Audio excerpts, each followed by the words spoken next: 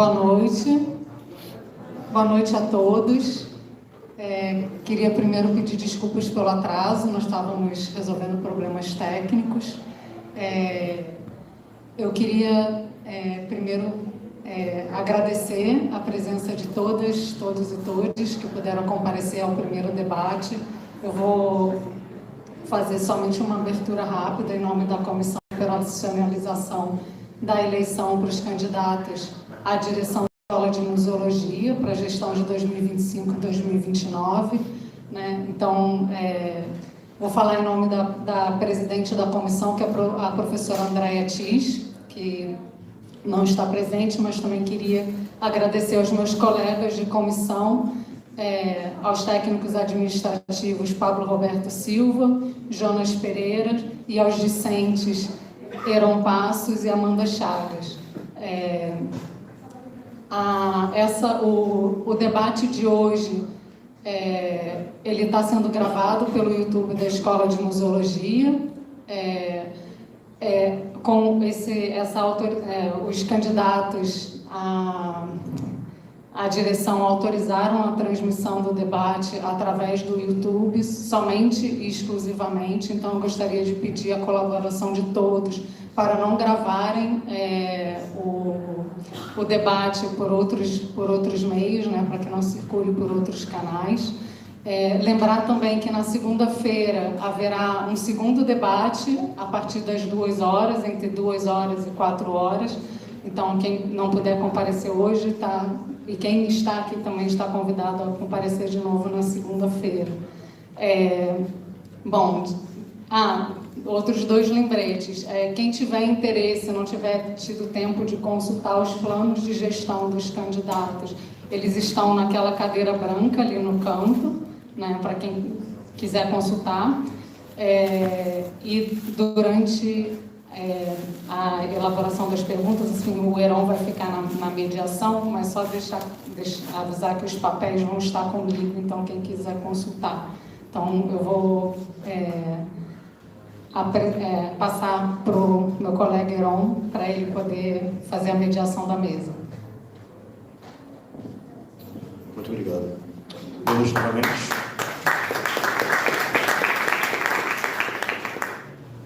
Boa noite novamente. Me apresentar, sou Heron Passos, sou estudante de Museologia Noturno. E antes de começar o debate, eu gostaria de parabenizar os candidatos. Pela primeira vez na história da Escola de Museologia, temos a presença de um debate. Eu acho que pelo menos é um pequeno passo para uma evolução dentro da Escola de Museologia, ou na Museologia da Unirio, em que tudo isso que vai acontecer hoje na segunda-feira é muito importante, tem que ser lembrado de todos que estão aqui e que estão em casa na transmissão. Bom, iniciarei o debate revendo, tanto para os candidatos, para ficar mais claro, tanto para o público, as regras do debate. Lerei aqui de forma, tentarei ser o mais dinâmico possível, mas tentarei correr um pouquinho por conta do nosso tempo. Certo, as regras do debate serão separadas em 3 blocos. O primeiro bloco vai começar com um sorteio de qual o candidato começará a sua fala. Os candidatos terão 15 minutos cada. Após esses blocos de apresentação, terá um pequeno intervalo, e nesse intervalo faremos o sorteio das perguntas que o público tiver. Correto? Após 15 minutos, iniciará o bloco 2. No segundo bloco, iniciará com as respostas das perguntas. Cada candidato terá 3 minutos, e os candidatos também terão 2 minutos para a sua réplica. Perfeito? 3 minutos. Ok. Já no terceiro bloco, cada candidato terá 10 minutos para comentários finais, e o que depende do resultado do primeiro sorteio. Ou seja, o candidato que começar no início do debate, ele terminará. Perfeito? Certo. Começamos o debate. Agora vai acontecer o sorteio para saber qual candidato iniciará a sua fala.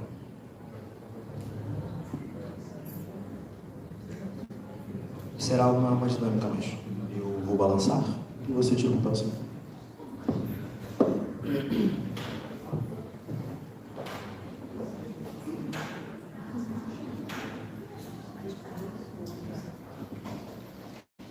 Letra L, candidato Ludmila.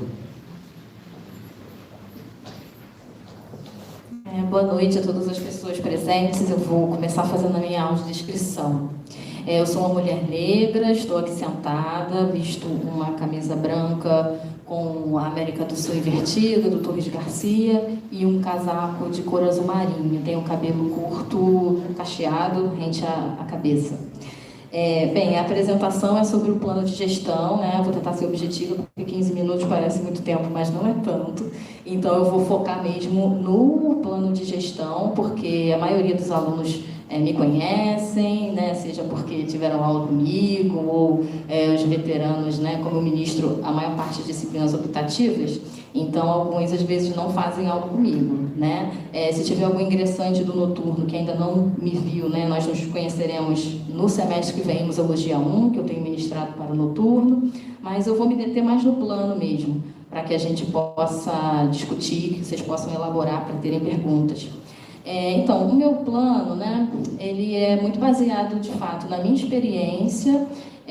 Qual é a minha experiência, né? Além de eu ser egressa aqui da Escola de Museologia, né, enquanto aluna, eu sou bacharel, mestre e doutora em Museologia, né? O mestre e doutora em Museologia e Patrimônio, porque é do PPG-PMUS. Toda a minha formação é aqui nessa casa, né? Já tenho aqui 20 anos frequentando, né, desde 2006, que eu percorro esses espaços, convivo, né? Fui aluna do professor Mário, e então eu conheço muito a escola, né? Essa escola recente, né? Dos últimos 20 anos, por conta da minha vida discente, e nos últimos 8, tanto na graduação quanto pós-graduação, né? Eu enquanto discente, pós-graduanda também, e nos últimos 8 anos que eu ingressei como docente, eu comecei essa minha vivência, essa outra experiência, uma outra perspectiva, e também logo no segundo ano que eu estava aqui já na carreira docente, eu já comecei as minhas experiências de gestão, né? Fiquei 4 anos na coordenação do curso integral,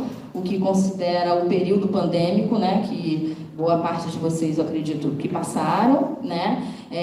Foi um período de crise, né? E nesse mesmo período, além de coordenadora do curso integral, eu era conselheira do Conselho Universitário, do CONSUNE, que é um conselho que a gente também é eleito, né? Eu representava os professores assistentes na época, e por isso eu participei não só, né, coordenando o NDE ali na escola, mas também entendendo toda a dinâmica da universidade como um todo, a Unirio como um todo,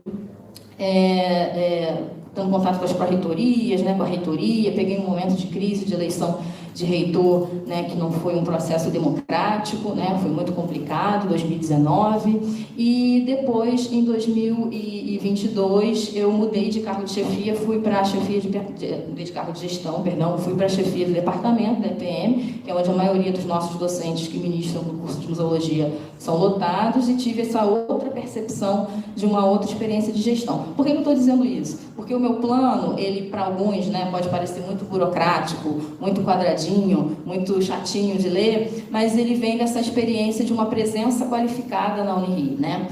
Uma visão de discente, uma visão de docente, uma visão de gestora, porque aqui na universidade pública, né, que tem autonomia, as universidades públicas têm autonomia, né, são ligadas ao MEC, e nós temos os professores, quando ingressam, além de fazer pesquisa, ensino, extensão, que é o tripé da universidade, a gente também deve ser gestor. Nem todos, né, têm essa habilidade. Eu me descobri com essa habilidade, apesar de já ter feito gestão em museus também, desde o início da minha carreira, né, contando com estágio, são aí 16 anos de experiência nesse sentido, e sempre coordenei os setores de museologia, onde eu trabalhei, espaços também que não eram museus, então experiências assim diferenciadas, né, ateliê de artista, museu tradicional, e me descobri na gestão pública, né? Eu me considero uma servidora pública, eu gosto de servir mesmo, né? Não é uma demagogia. Meus colegas que me acompanham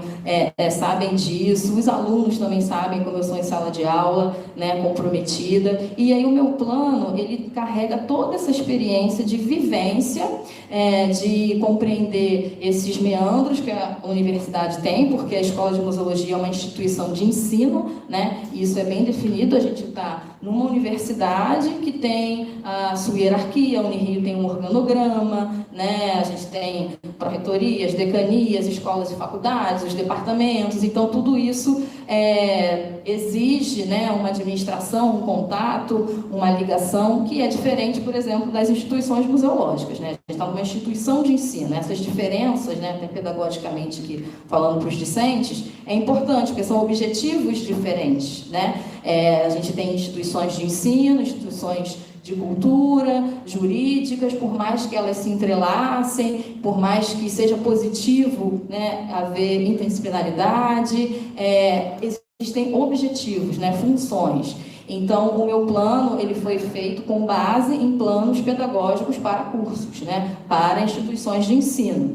E ali eu também tive uma intenção, se vocês observarem, muito de informar, né? Claro que a estrutura a gente realmente tem que explicar como são os setores, como funciona, mas assim, eu percebendo nesses anos como a gente tem uma comunicação bem falha, né, uma comunicação interna, né, entre gestão e discentes, sobretudo, eu quis muito informar o que uma direção faz, o que a coordenação faz, né, quantos técnicos nós temos. Nós temos uma TAI, técnico administrativo, que fica na secretaria, e dentro disso eu fui explicando alguns problemas, né, alguns diagnósticos, né, e aí não apliquei, por exemplo, a metodologia SWOT, né, ou a FOFA, aqui a gente aponta os pontos fortes, pontos fracos, mas eles estão ali dentro, conforme a gente vai progredindo no plano, né. Aí, tem quanto tempo?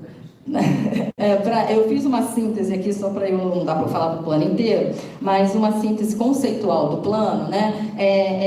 Eu pensei aqui em 3 eixos para resumir o plano, né? Para quem não leu, vai ter o primeiro contato, mas pode até, né, o dia das eleições fazer essa leitura.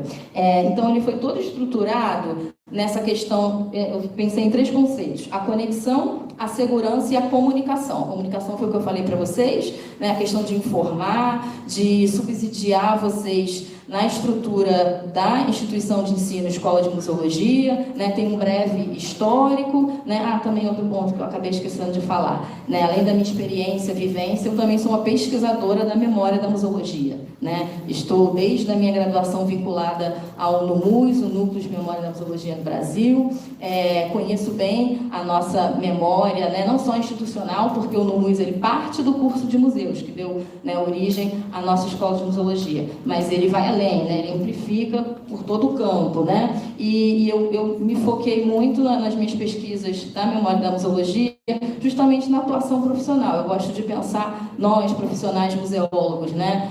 Como nós nos formamos, como nós atuamos, né? Como nós pesquisamos, enfim, fecha parênteses.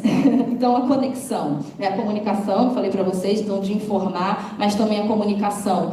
Quando, né, eu sendo eleita, a gente começar a gestão, a melhor comunicação do colegiado, né, dos colegiados dos cursos, entre os estudantes, professores e estudantes, a gestão e o estudante. Então, e aí eu aponto, né, da gente promover mais recorrentemente, porque nem sempre a gente consegue realizar eventos na semana acadêmica, né, de integração, não só para receber os ingressantes calouros, mas para manter essa informação, né, como funciona a instituição, ouvir, né, principalmente o que de repente os estudantes querem, têm anseios, né, para a gente fazer uma reflexão. Então, fazer esses eventos, que a gente estava até comentando aqui, o professor Mário, né, diante dessa oportunidade de debate, que é sempre muito difícil a gente receber os alunos, né, encher um auditório, porque tem aula ou tem outras, né, enfim, mas a gente tentar fazer isso para além dos colegiados, né, porque os colegiados eles são deliberativos,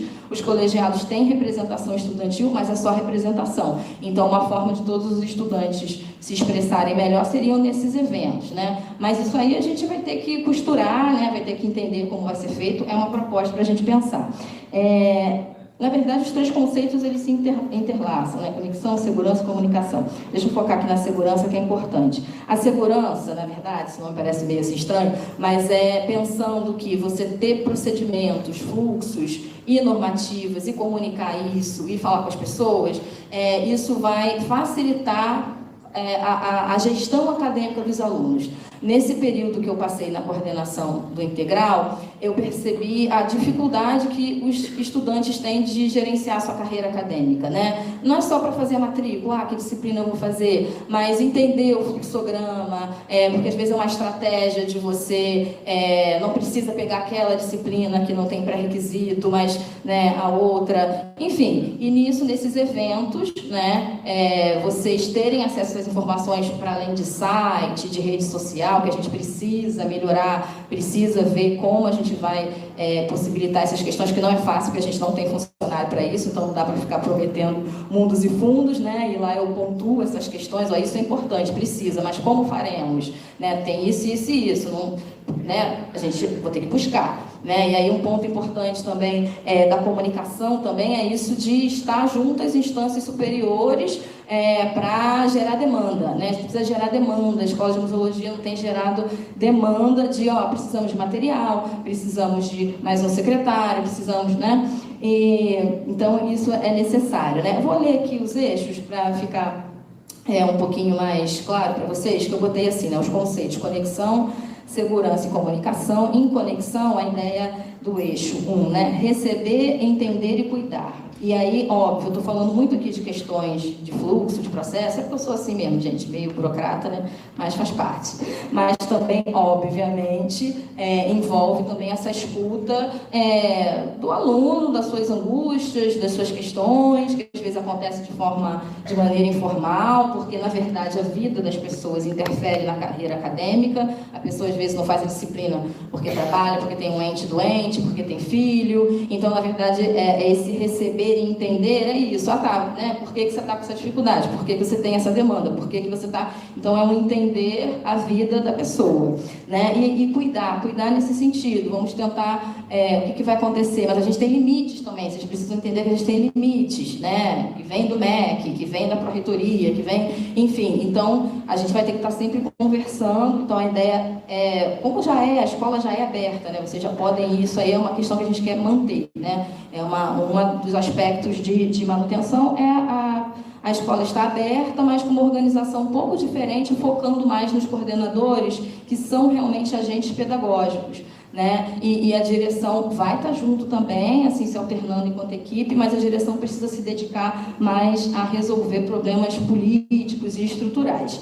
Né? No eixo segurança, escutar, organizar e planejar. Então, né, no primeiro a gente recebe, entende, cuida, e aí você escuta, né, mesmo atento, para a gente começar a organizar isso e fazer os planejamentos durante o ciclo, né? Enfim, sempre revisar isso e, de novo, com as consultas, com eventos, além dos colegiados que precisam ter realmente reuniões ordinárias, o que hoje não acontece, né? E a comunicação, né? Mediar, representar e apoiar. A representação é obrigatória, né? O diretor representa no CONCEP, que é o Conselho Pedagógico, representa no Conselho de Centro, na Câmara de Graduação, junto com os coordenadores, que é um espaço importantíssimo, é um espaço onde a demanda chega diretamente na pró-reitora de graduação, a gente tem que ficar lá no ouvido dela, a gente precisa de o que eu faço se o aluno chegar com tal problema, o que eu faço em tal conflito. A gente tem que perturbar ela para eles agilizarem e dar instrumentos para a gente, porque a gente não tem tanta autonomia assim, né, na direção, e a gente precisa estar lá nessa Câmara de Graduação falando com a professora Luana, perturbando ela e a professora Simone.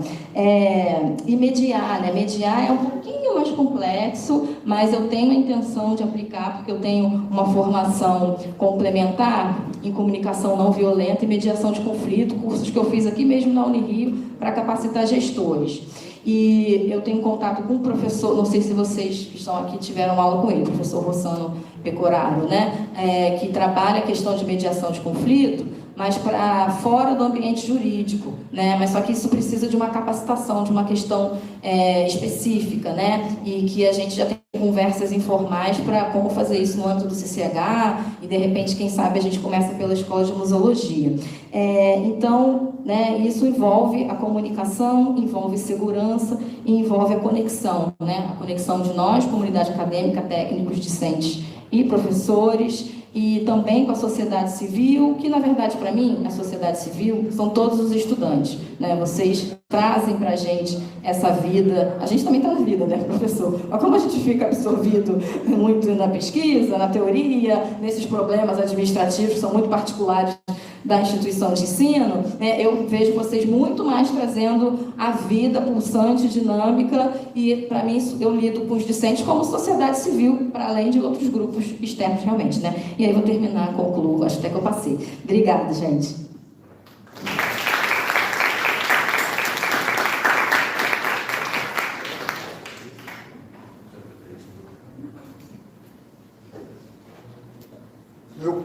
Professor Mário, 15 minutos. Muito bem. Boa noite a todos e todas e todes. A bênção aos mais velhos, a bênção aos mais novos. Quero saudar os que vieram antes de mim, que trilharam o caminho da museologia antes e que permitiram que nós chegássemos aonde estamos. Quero também saudar aqueles que vêm depois e que estão nesse processo de formação. Quero saudar também o que está acontecendo aqui, agora, nesse momento. O Heron já chamou a atenção, já destacou. Trata-se de um evento democrático. Né? Trata-se de um evento democrático, trata-se de um evento que também garante a soberania universitária. Garante a soberania universitária contra as ameaças externas, muitas vezes. Estamos vendo isso aí no nosso cotidiano. Eu quero saudar as professoras e professores presentes, Elizabeth Mendonça, que está aqui, Júlia, Vinícius, Júnia, Manon, Cecília, Ludmila, não sei se eu esqueci alguém, saudar os técnicos, Pablo, e na figura da Yara, saudar, que é do primeiro período, saudar todos os companheiros discentes. Minha autodescrição.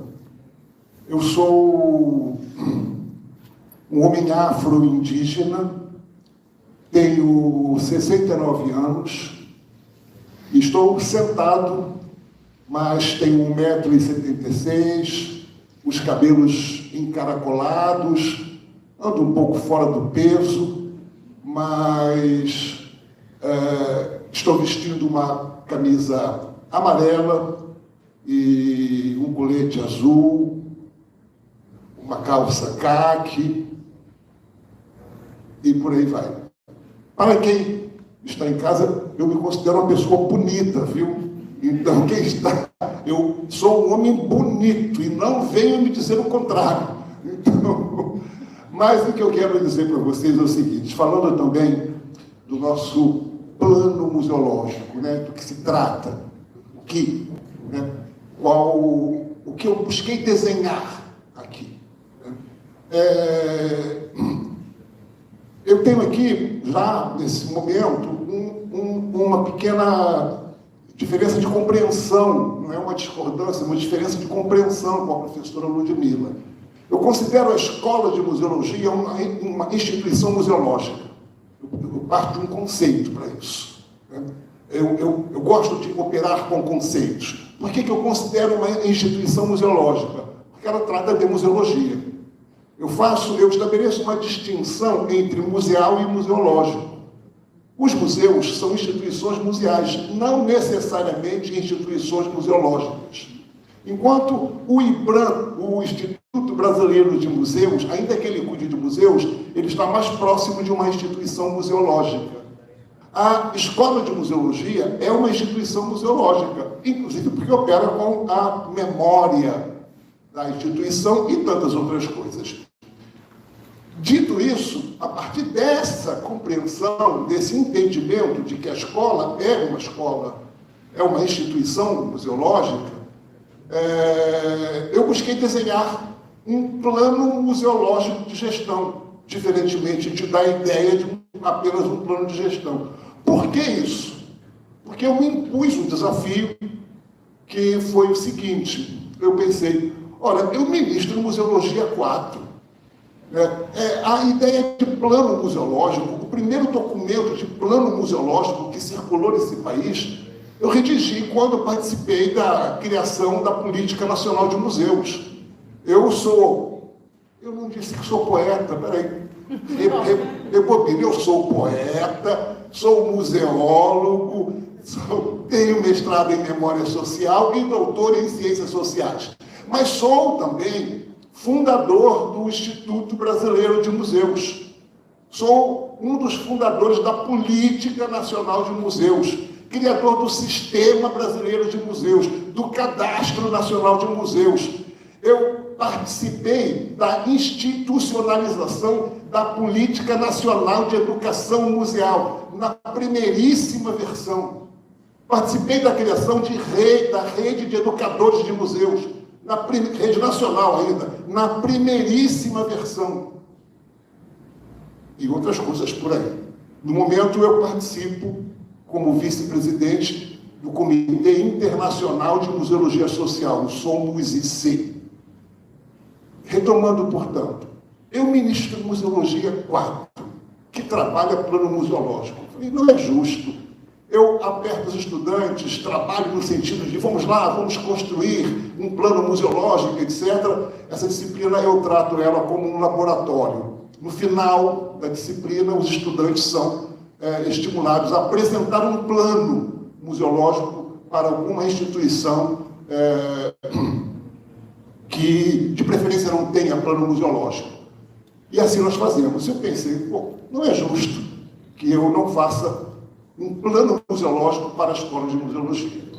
E assim eu quis fazer esse plano museológico. Eu passei a chamar de esboço de plano museológico. Por que eu passei a chamar de esboço de plano museológico e não afirmei categoricamente que trata-se de um plano museológico?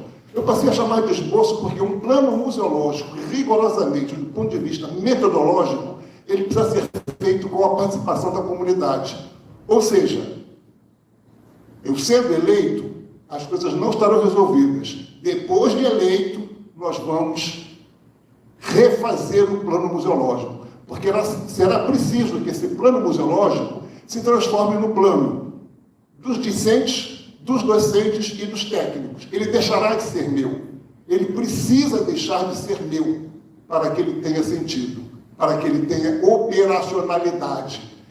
Portanto, é um plano que cumpre a burocracia, mas não é burocrático, porque ele está inspirado numa outra lógica, a lógica da participação comunitária e etc., até porque eu não sei fazer outra coisa que não seja isso. Então, assim, esse plano museológico foi desenhado. Por isso, eu apliquei a matriz fofa, né, como o pessoal diz, que é os pontos fortes, os pontos fracos, as oportunidades e as ameaças. Eu busquei compreender, visualizar quais são os pontos fortes da nossa escola de museologia. Bom, nós somos uma escola com 90 anos. Isso é poderoso. Ao mesmo tempo é um ponto forte e um ponto fraco. Temos os vícios de quem tem 90 anos. Temos as dificuldades, andamos com dificuldades, etc. Mas eu não vou repetir aqui todos os pontos fortes e pontos fracos. Isso está no plano, vocês podem observar. Sugiro que observem. E sugiro que, ao fazerem a leitura, tentem encontrar o ponto forte que eu não encontrei. Tentem visualizar o ponto fraco que eu não visualizei. Tentem encontrar a oportunidade que eu não consegui, pela rapidez com que esse plano foi feito, que eu não consegui enxergar naquele momento. Tentem visualizar outras ameaças que ainda não foram vistas. Por quê? Porque isso será decisivo na compreensão final, na elaboração final do plano museológico. Ao fazer esse plano museológico, eu me pus um desafio. Falei, bom, o plano museológico, além de ter pontos fracos, pontos fortes, ameaças e oportunidades, eu preciso ter programas, examinar os programas. Eu não desci ao nível dos objetivos, o que seria possível, dos objetivos e de atividades, o que também fazemos quando elaboramos os planos museológicos aplicados aos museus. Então, eu imaginei que programas nós temos. Aí eu imaginei um conjunto de 7 programas inicialmente. Imaginei, portanto, um programa de ensino, que foca no ensino, buscando ensino de qualidade, buscando melhoria no ensino. Eu diria que o nosso ensino aqui é de qualidade, porque um outro ponto forte que nós temos, um conjunto notável de professores, professores com destaque nacional e internacional, professores com presença na vida, no campo museal brasileiro. Não é pouca coisa, nós temos cursos, e eu ajudei a criar a maioria dos cursos de museologia que tem no Brasil. Eu ajudei na realização do primeiro Enem. Se hoje os estudantes fazem Enem, o primeiro Enem, eu participei da criação do primeiro Enem, em 2004. Só existiam 3 cursos, o da Unirio, o da Bahia e o da Fundação Barriga Verde, que frequentemente é esquecido porque ele foi extinto. Então, ali não existiam outros cursos. Houve um tempo em que se acreditava que o nosso campo de trabalho seria extinto. Eu trabalhei contra isso. Bom, vamos lá. Um plano de ensino, um plano de extensão, um plano de pesquisa, buscando o aperfeiçoamento e qualidade de cada um deles. Aí, idealizei um outro plano, um plano de gestão, que é o aprimoramento da gestão. A gestão, ela passa pela compreensão dos elementos burocráticos. Eu fui diretor do Museu da República, fui diretor do Museu do Nordeste, fui diretor do Museu Joaquim Nabuco, fui diretor do Departamento de Museus e Processos Museais, copiando o nosso DEPM aqui. Eu copiei mesmo e botei isso lá no IBRAM, por dentro do IBRAM. Então, fui diretor dessas instituições. Aí, plano de gestão. Além do programa de gestão, eu idealizei um programa de internacionalização, porque é preciso estimular a mobilidade internacional dos nossos estudantes. Aí, depois disso, eu criei um outro programa de intercâmbio e valorização da imagem institucional. A nossa escola de museologia tem uma boa imagem institucional, mas é possível ampliá-la. E, concluindo, eu criei um 7º programa, um programa que eu chamei de Programa de Cidadania e Dignidade Social. Para que esse 7º programa? Para combater LGBTfobia, para combater transfobia, para combater racismo, para combater o etarismo, por isso tão velho aqui. Eu podia estar em casa, eu podia estar descansando, eu podia estar dormindo, eu podia estar só escrevendo poesia. Ah, não, eu tenho outros compromissos. E por isso um velho de 69 anos está aqui, até para combater o etarismo, para combater misoginias, para combater tudo isso. Então, é esse programa de cidadania e dignidade social. Qual é o sentido desse programa? A valorização da dignidade da pessoa humana. Esse é o coração desse programa. De que modo ele vai operar? Eu imaginei coisas, mas tudo que eu possa ter imaginado não dará conta do que vocês vão ajudar a imaginar, do que nós vamos corrigir, do que nós vamos acertar. E para isso, a denominada ouvidoria dos estudantes do DAM é fundamental. Haverá uma dimensão de escuta ativa e atenta permanente. Eu diria que essa dimensão é dever de todo professor, a princípio, de todo professor, e até dos estudantes com os estudantes. Nós temos falado muito e às vezes escutamos pouco, não temos boa escuta, ou temos uma escuta pré-concebida, temos uma escuta pré-conceituosa, logo ela gera pré-juízo. É isso que a escuta não atenta gera. Essas são as linhas gerais. Eu dei saltos para cumprir o tempo, tá bom? Tem dois minutinhos. Então, eu dei saltos para cumprir o tempo. Mas o que eu quero dizer é assim, no que se refere a ensino, extensão e pesquisa, é valorizar isso, aprimorar, né? Coisas que já são feitas, valorizar a dimensão dos laboratórios existentes, dos núcleos existentes na casa. Então, isso pode ser estimulado, isso pode ser valorizado, né? De variadas maneiras. Há um desafio concreto que nós precisamos enfrentar. Como conseguir melhores condições orçamentárias um problema da nossa escola e da nossa universidade, como conseguir isso internamente e como disputar verbas externas. Eu agora estou com um projeto, eu não sou o único professor que tem isso, eu estou com um projeto que vem por um TED, um termo de execução descentralizada, que cuida do nosso sagrado e que operou com em torno de R$1 milhão, junto com a professora Monique, que está aqui. Eu sei que a professora Beth tem também um TED operando, e outros têm essa possibilidade. Esse TED decorre de emenda parlamentar. Mas temos outros projetos. O Bruno Brulon, que não está aqui no momento, né, mas que vai nos ver. Um abraço, Bruno, para você. Eu conto com o seu apoio, viu, Bruno, mesmo que à distância. Fechando. Então, é possível nós buscarmos essas possibilidades. É possível isso. Então, é para dizer que, assim, eu já fui diretor da escola, tenho uma experiência de gestão. Na escola, foi brutalmente interrompida. Fiquei 2 anos na direção da escola, eu tinha direito a mais 2 anos, foi brutalmente interrompida. Eu não vou dizer o nome de quem interrompeu, depois vocês perguntem uns aos outros, mas foi brutalmente interrompida. Na ocasião, os estudantes inventaram uma canção, e eu finalizo. Era assim: tem maracutaia. Tiraram o Mário Chagas para botar a Cláudia Raia. Essa foi a piadinha que os estudantes fizeram na ocasião, mas foi brutalmente interrompida. Portanto, eu já estou acostumado à prática de interrupção de gestão. Tudo que esteja a dar certo também corre o risco de ser interrompido.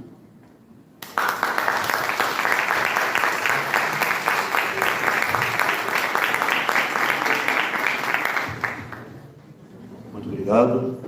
Candidato Ludmila, candidato Mário. Agora iniciaremos outro processo. Ainda, nesse momento, gostaria de agradecer novamente pelas essas falas e incentivar o pensamento para esse próximo bloco. O próximo bloco ele será feito pelas perguntas do público, após um intervalo de 15 minutos que todos nós merecemos. Então, pensem bem, a Cecília aqui está decorrendo os papéis, a pessoa aqui na frente, e se vocês quiserem fazer perguntas, podem pegar o papel ou solicitar e escrever. Após o sorteio, serão lidas 4 perguntas para os candidatos. Intervalo, gente, intervalo de 15 minutos.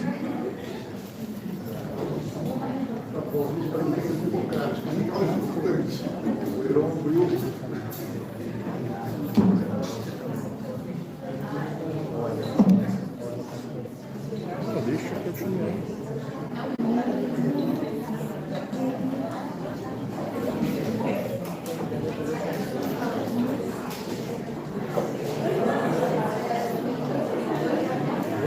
Consegue.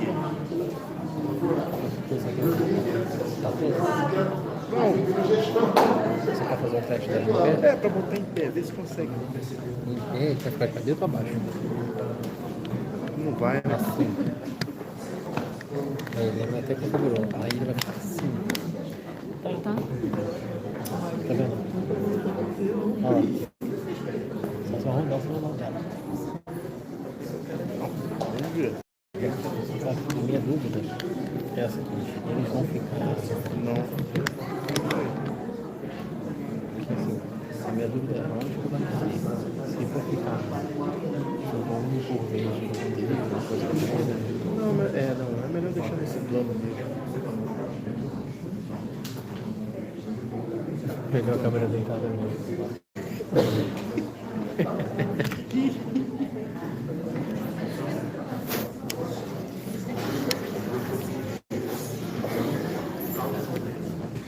Tem 15 minutinhos, o vídeo mais rápido, não pode.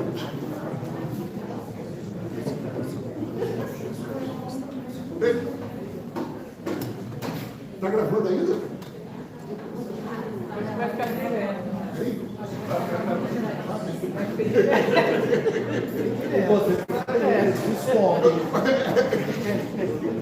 Ficou meio água. Você pode dar um comercial aqui, Pode fazer um comercial. faz o comercial aqui.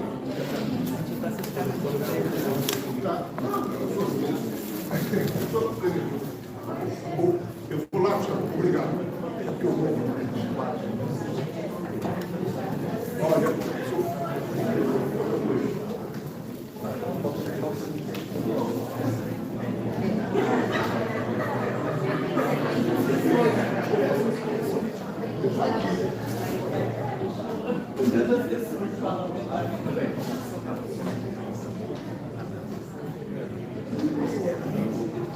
Gente, quem estiver na produção de perguntas, eu vou pedir para se direcionar aqui à frente. Ou, melhor não, né? Pensei aqui direitinho. Vamos lá.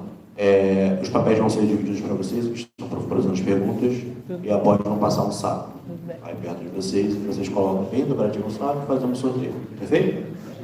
Então, ótimo.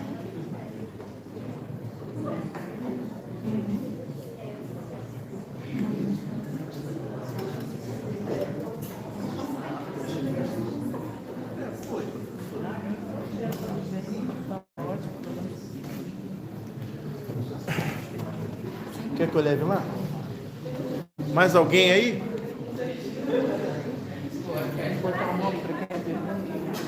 Acho que não. A pergunta vai ser para os dois candidatos. A mesma pergunta? Vai, os dois candidatos vão responder a mesma pergunta. A não ser que você tenha especificamente para um candidato.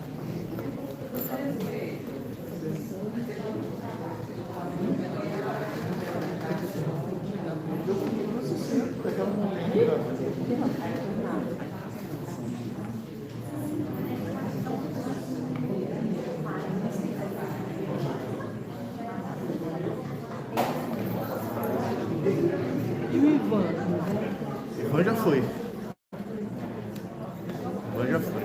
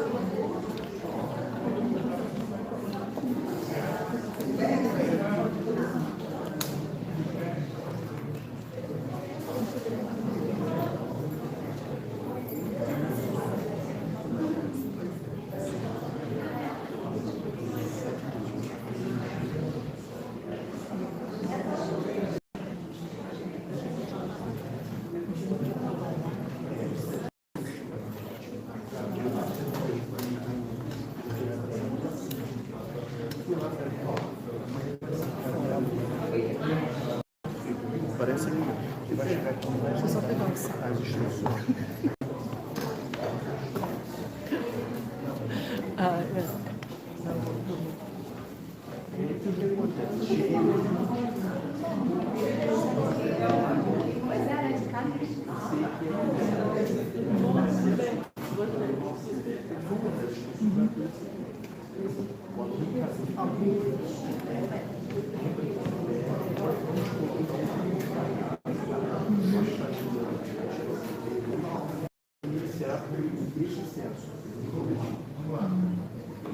Tem mais uma rodada.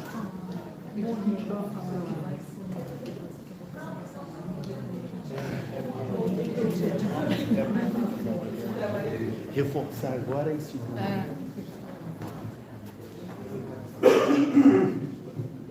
Teve perguntas? Sim,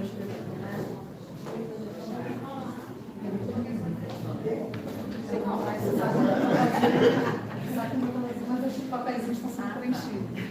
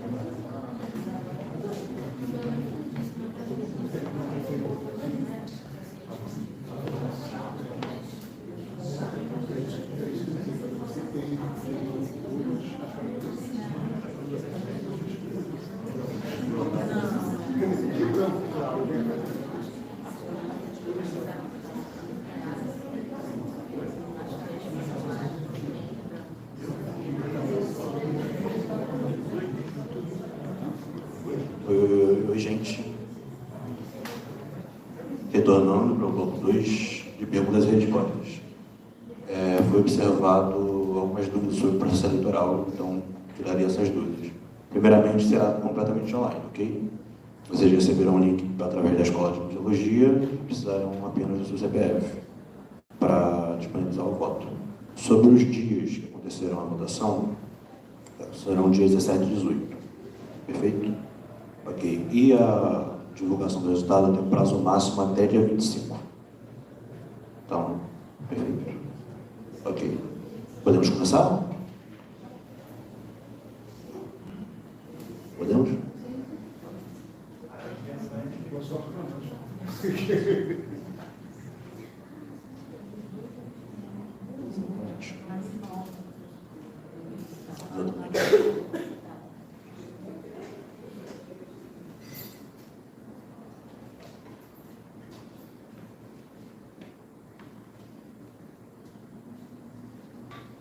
A pergunta foi endereçada para a Ludmila, só que o Mário queria responder assim como está descrito na carta.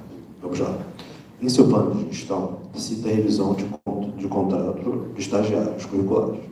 De que forma esta revisão poderá contemplar os discentes do noturno, que apresentam dificuldades e indisponibilidade para exercer essas atividades? Ótima pergunta, obrigada. Na verdade, de fato, o curso noturno ele tem vários problemas, né? Porque como a grade curricular é espelhada do integral, essa realidade do estágio e da exposição, né? E no caso da exposição, até tirando a questão orçamentária, a questão até de vocês precisarem dedicar horas, né? Porque é um público que trabalha, enfim, tem outras ocupações, por isso que quis ingressar no noturno, né? E a exposição, ela extrapola as atividades da exposição, extrapola aquelas ações ali das 90 horas já na parte da execução, né? Mas focando no estágio. A ideia, hoje, né, o curso noturno pode fazer estágios nos laboratórios e núcleos, né? É o que acontece. E, assim, a gente, por exemplo, eu sei que o Museu Casa de Rui Barbosa, ele tem algumas atividades noturnas, mas, na verdade, para fazer essa revisão, a gente teria que fazer um mapeamento, fazer contato, uma sensibilização, né? Se movimentar para isso, porque esse movimento não ocorreu, né? Para a gente ver, e também não são só museus, né, gente? Também tem, eu trabalhei com outras instituições, né? Podem ter lugares também que possa ser viável que vocês façam. Então, mas assim, isso vai ter que ser discutido, né? A gente sentar, escutar os alunos que podem ter ideias, outros, né, os professores, mas assim, colocar isso no plano foi justamente para revisar de uma forma geral, tendo uma renovação de contratos, né, que já existam, e, de fato, muito bem pontuado essa questão do noturno, a gente precisa aí, com mais assertividade, verificar a ampliação, né, dessas experiências de vocês. E talvez até também, pensando aqui, né, subsidiar os núcleos e laboratórios, como a gente tem a nossa museóloga, né, a Luciana, como que ela poderia acompanhar algumas ações, enfim, tem possibilidades, mas a gente vai ter que sentar para discutir, mas essa a intenção de movimentar mesmo. Né? Sim. Então, agradeço aí a pergunta, quem fez a pergunta, e é mesmo uma pergunta central, como disse a professora Ludmila, do que se refere ao curso noturno, porque um dos problemas nós fazemos um esforço de reduzir as desigualdades do curso noturno em relação ao curso integral ou vice-versa, né? Não é uma tarefa fácil, não é, né? O curso noturno ele é integralizado em 10 semestres, né? Enquanto o curso integral em 8, para cumprir a mesma carga horária. Então, isso tudo se reflete nos projetos pedagógicos dos cursos, etc. Então, essa é uma dificuldade, tanto a da exposição curricular, já mencionada pela professora Ludmila, quanto a do estágio. No que se refere ao estágio, eu penso o seguinte: o Ivan já vinha buscando soluções para isso. né? Então, pode ser, inclusive, que ele tenha algumas sugestões que nós precisamos recuperar, retomar algumas sugestões que ele possa ter. Ele vinha conversando com isso, porque quando eu estava na direção do Museu da República, como o Museu da República durante um tempo teve uma ação noturna muito intensa, eu dava aulas lá no Museu da República, né? Então, nós andamos conversando sobre essas possibilidades. Mas também é verdade que isso vai variar ainda assim, quer dizer, claro que nós precisamos encontrar uma solução que contemple a todos, mas ainda assim será preciso examinar caso a caso os estudantes que têm possibilidade, outros que não têm, etc. E mais, ampliar a possibilidade de estágio curricular nos museus, para além dos museus públicos, para além dos museus convencionais, além dos museus nacionais, quem sabe aí chegando aos denominados museus sociais, etc. Porque os objetivos da Escola de Museologia, no que se refere ao projeto pedagógico, a museologia social está no objetivo geral, no principal objetivo, mas, no entanto, depois ela acaba sendo dispersada. Então, é preciso chegar mais forte junto desses museus sociais e, quem sabe, achar solução. Quem sabe no Museu de Terreiro.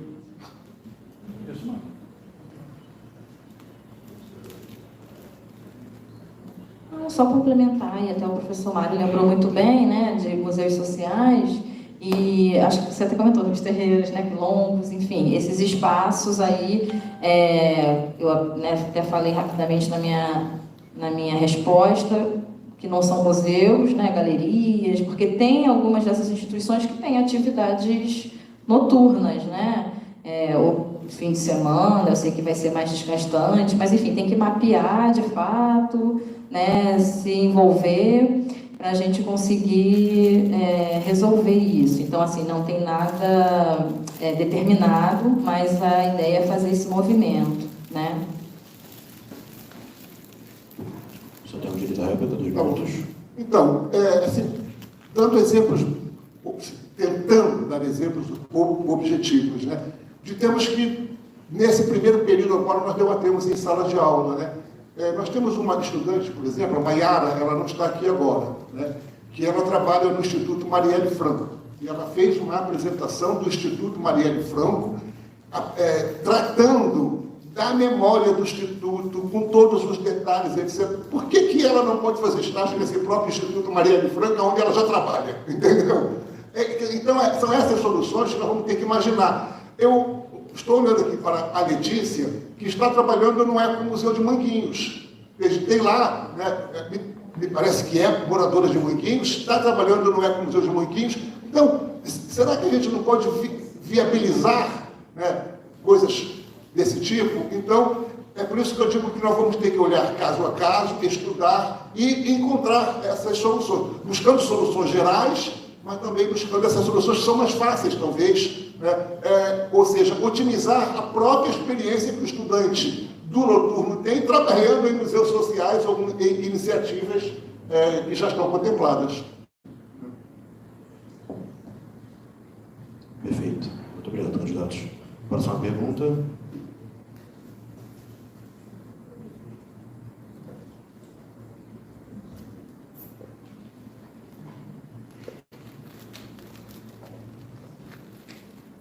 Qual a sua principal motivação para se candidatar ao cargo de diretor ou diretora da escola?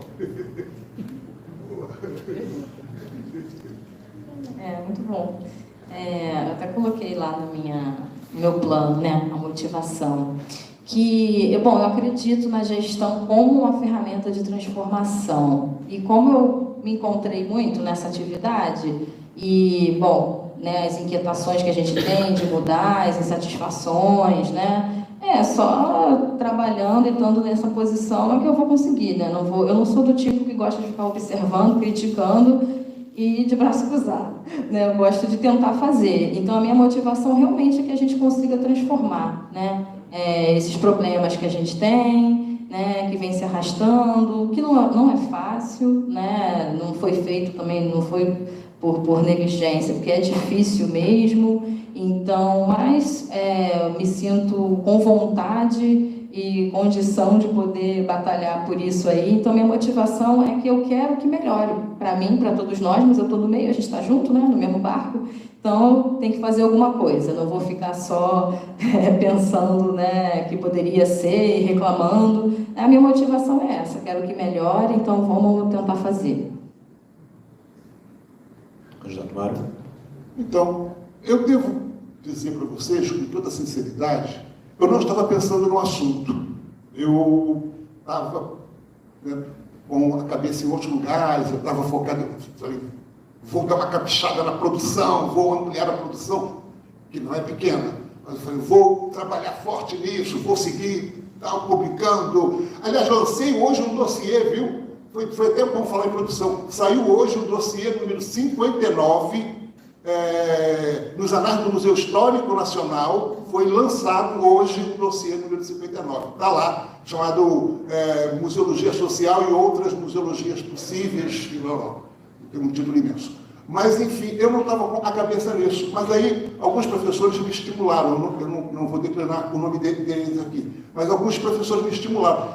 Eu falei, cara, é isso mesmo. Olha, eu tenho 6 anos pela frente, 7 no máximo aqui dentro da universidade, porque eu vou cair na expulsória, né, na aposentadoria compulsória. Eu falei, quer saber, eu vou trabalhar nesse negócio. Qual a motivação? Eu tenho motivação, eu sou professor, eu sou poeta, antes de ser professor, mas o professor nasceu logo em seguida do poeta em mim. Eu sou professor por vocação, né? Eu vim para a universidade porque eu quis, é isso que eu queria fazer. Entende? Eu gosto dessa atividade, dessa função. E na escola de museologia, eu tenho certeza que isso pode ser potencializado, né? Posso contribuir mais ainda. De que modo? Articulando professores, estudantes, técnicos, articulando. Eu acredito nos técnicos produtivos, nos técnicos com mestrado, doutorado, mas também técnicos com nível médio, mas acredito nesse negócio. Entende? Eu gosto de gente, eu gosto de pessoas. Entende? E isso me motiva a estar com cada vez mais pessoas. Eu acredito que a escola de museologia deve ser uma escola de cuidado, de cura, a curadoria no sentido do cuidado, né? Aliás, eu ando brincando que chega de curadoria, vamos trabalhar com curanderia. Então, vamos trabalhar com curanderia de arte, curanderia de tudo, né? Mas eu penso isso, sabe, que a museologia tem essa dimensão. Sim, então, eu penso que eu posso contribuir com isso. Então, é isso que me motivou. Na verdade, estimulado, eu me motivei e fiquei animadíssimo com a história. E por isso estou aqui. Né? Como eu já disse, eu podia estar em casa, dormindo, descansando, né? Como diz Raul Seixas, né? Sentado, com a boca escancarada, cheia de dentes, esperando a morte chegar. Mas não é isso que eu vou fazer, de forma nenhuma. Só para complementar, né, pensando nessa questão da transformação que eu comentei com vocês, também um certo desânimo de ver a Unirio quase que aparentemente, pelo menos nosso CCH principalmente, porque eu conheço outros centros não tão problemáticos, meio que definhando, né? E aí eu tenho ainda, sei lá, no mínimo 25 anos de Unirio. Porque eu não quero chegar na expulsória, não. Eu tenho outros planos para fazer outras coisas. Mas não sei também, né? A gente muda. E eu falei, gente, como é que vai ser? Se desde que eu entrei tá assim, né? Como é que a gente faz para voltar essa linha, né?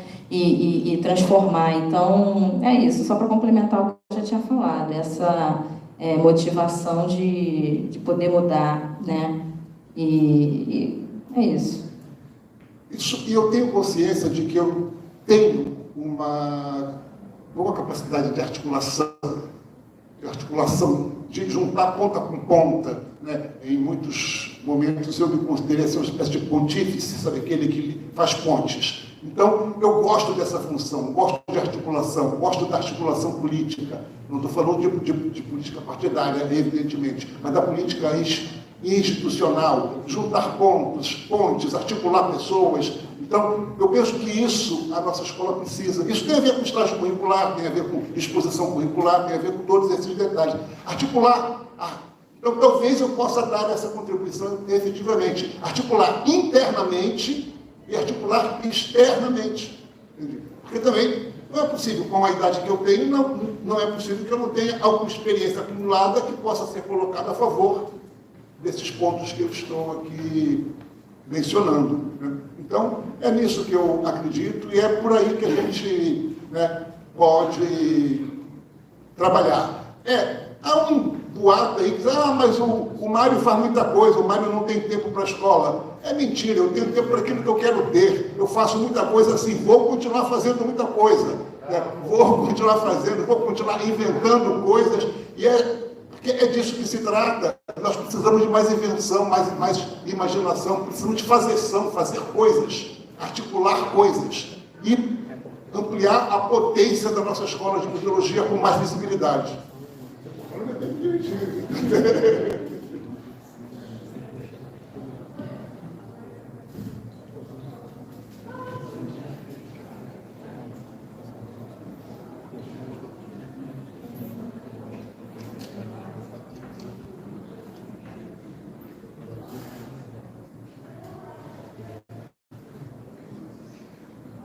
Boa pergunta. Vamos ver, já não era para falar isso, vamos lá. Como os candidatos veem o processo de implementação no currículo, reforma curricular? Bom, ainda vai chegar esse desafio aí, né? O processo está tramitando, né, na Prograde, e a gente vai ter que dar muita atenção a ele. De fato, vai ser uma questão, nesse próximo ciclo, de muita atenção, não só para a implementação, mas acompanhamento, porque a gente vai ter que estar avaliando constantemente, né, ver o que vai dar certo, o que pode não ter, de repente, se adequado muito, porque assim, o ideal é a gente fazer reforma de 5 em 5 anos. Então, essa avaliação tem que ser constante. Mas assim, o que eu acho mais delicado vai ser a implementação para que os alunos que já estão cursando, a gente vai ter que ver isso com calma, mas alguns alunos precisarão migrar, vai ser opcional, mas alguns vai ser mais indicado que eles migrem e outros não.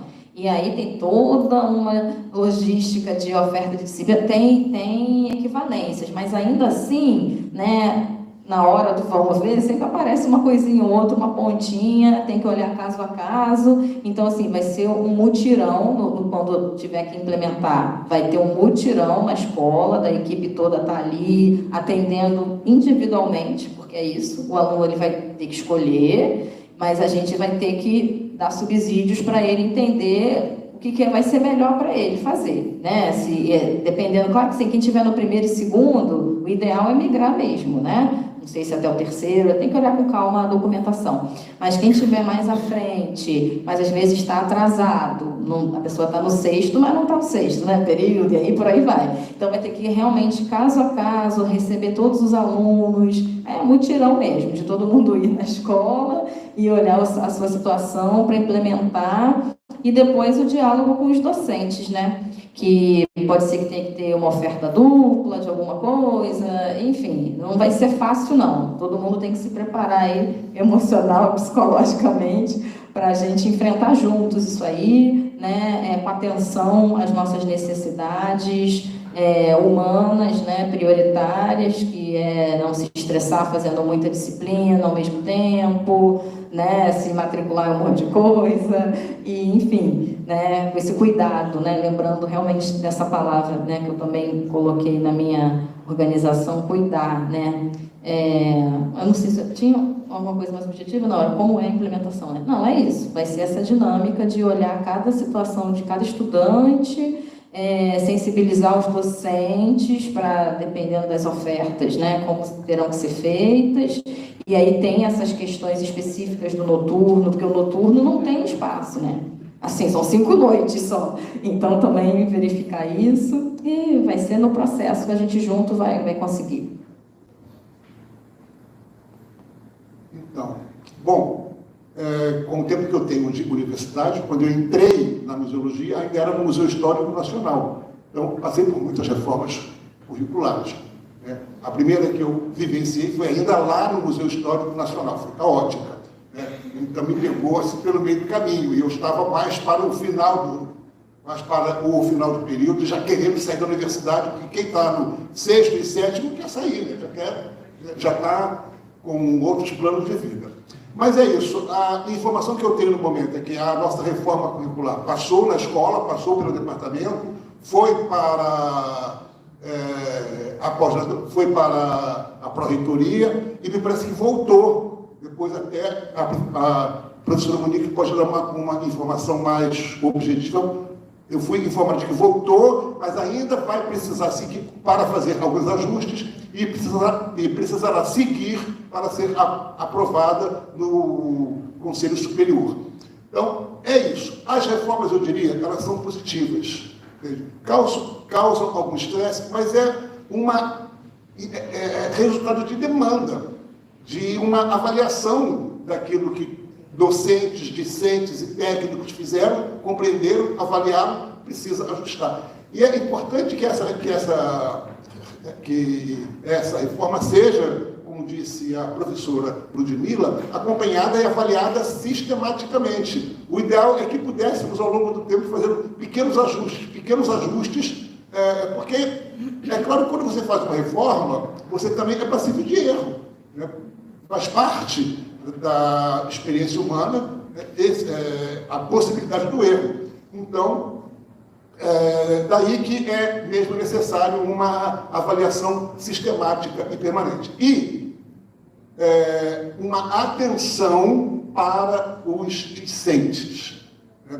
Quer dizer, uma responsabilidade dos docentes em contribuir para que aquela reforma seja atendida de um modo pleno e da melhor maneira possível, focando especialmente nesse caso no noturno, mas uma atenção especial para as necessidades e demandas discentes, porque os ajustes são necessários mesmo. Então, e é um cuidado que é necessário, afetando menos o primeiro período, que está aqui em março, e mais os últimos períodos. Mas é preciso uma atenção delicada, atenta e cuidadosa. Com certeza é preciso isso. Respeitosa.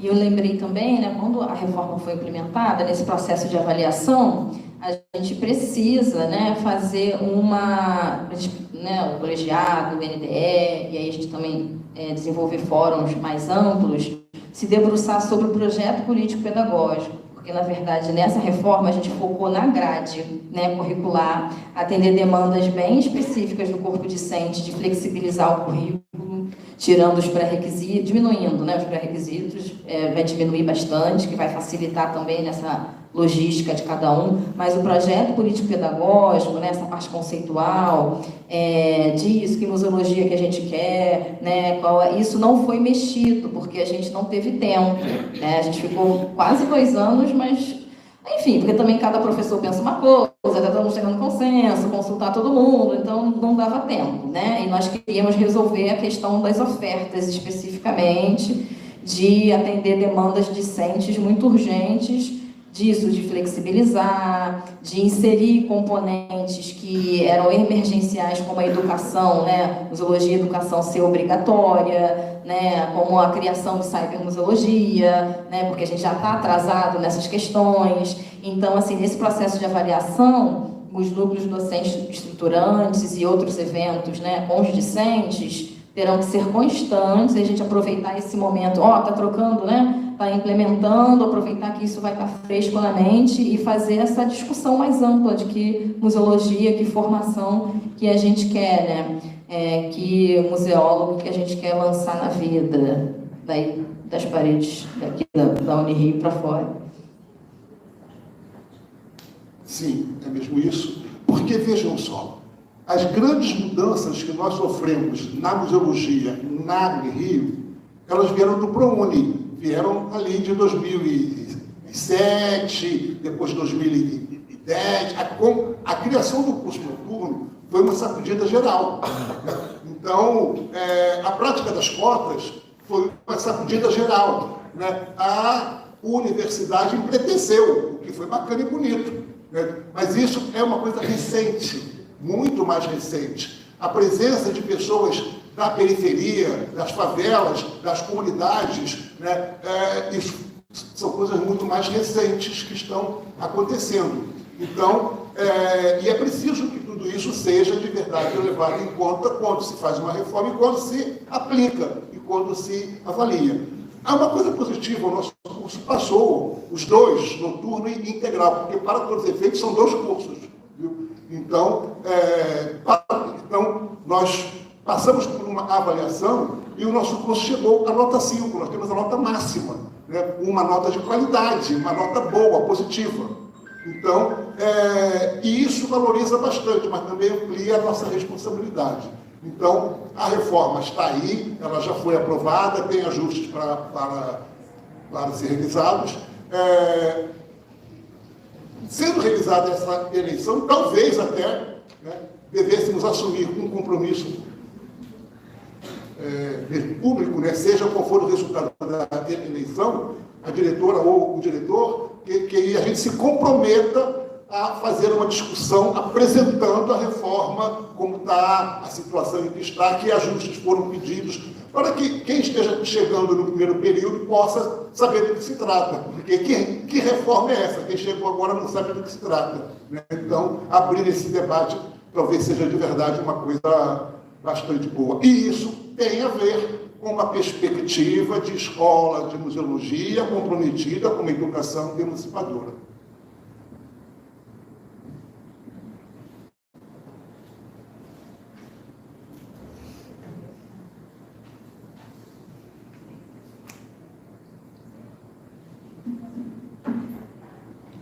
Última pergunta.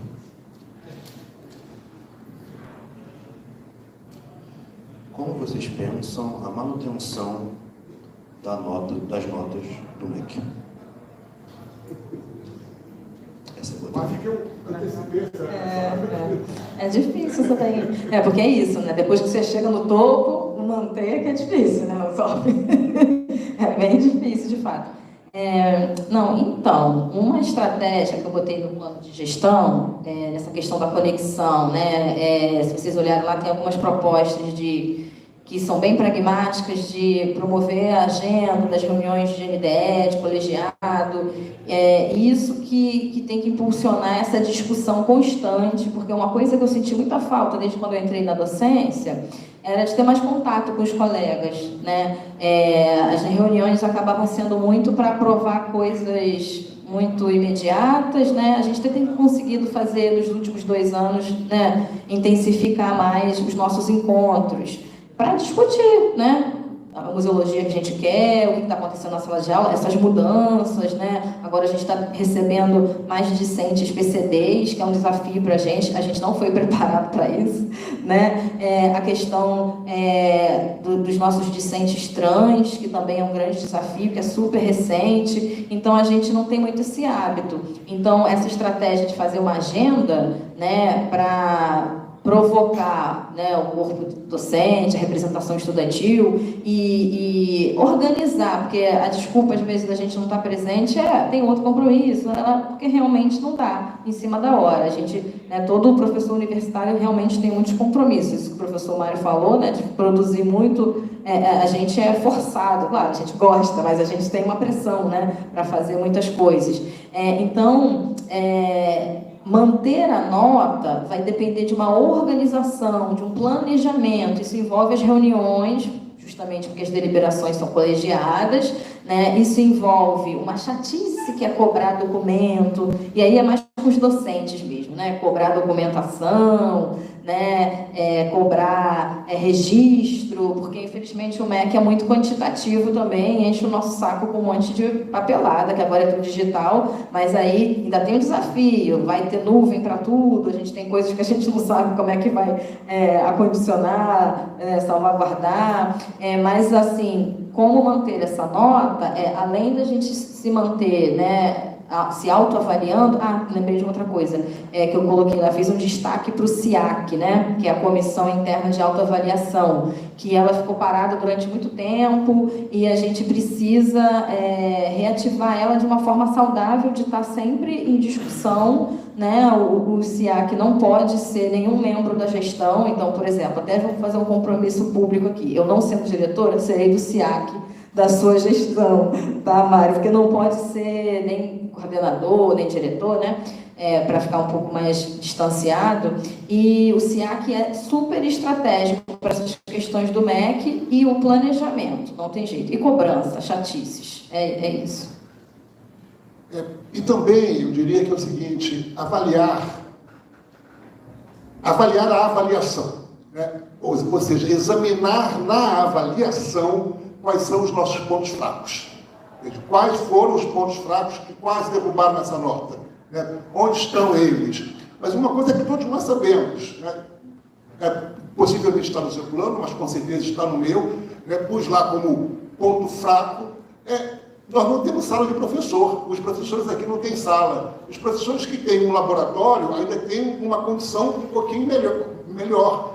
Isso tem conexão com o fato dos nossos professores não terem uma permanência maior na própria universidade, porque o espaço de trabalho em casa é melhor do que o espaço de trabalho na universidade.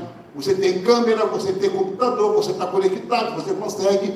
Alguns professores chegam ao ponto de ir para casa para participar de reunião. Então, isso ocorre, é verdade.